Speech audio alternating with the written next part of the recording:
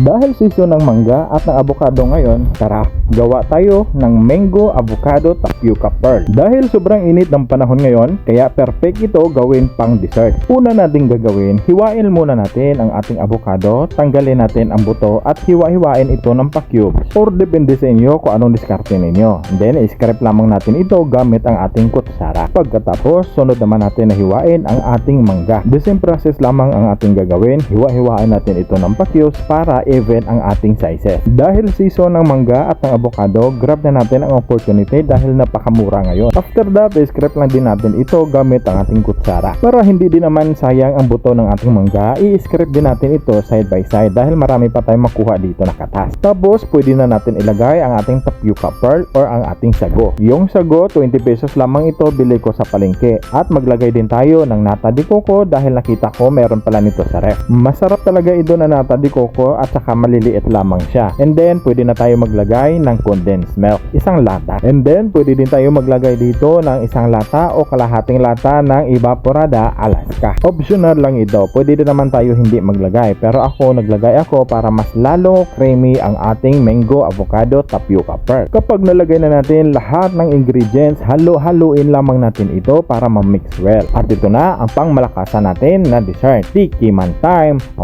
Yummy!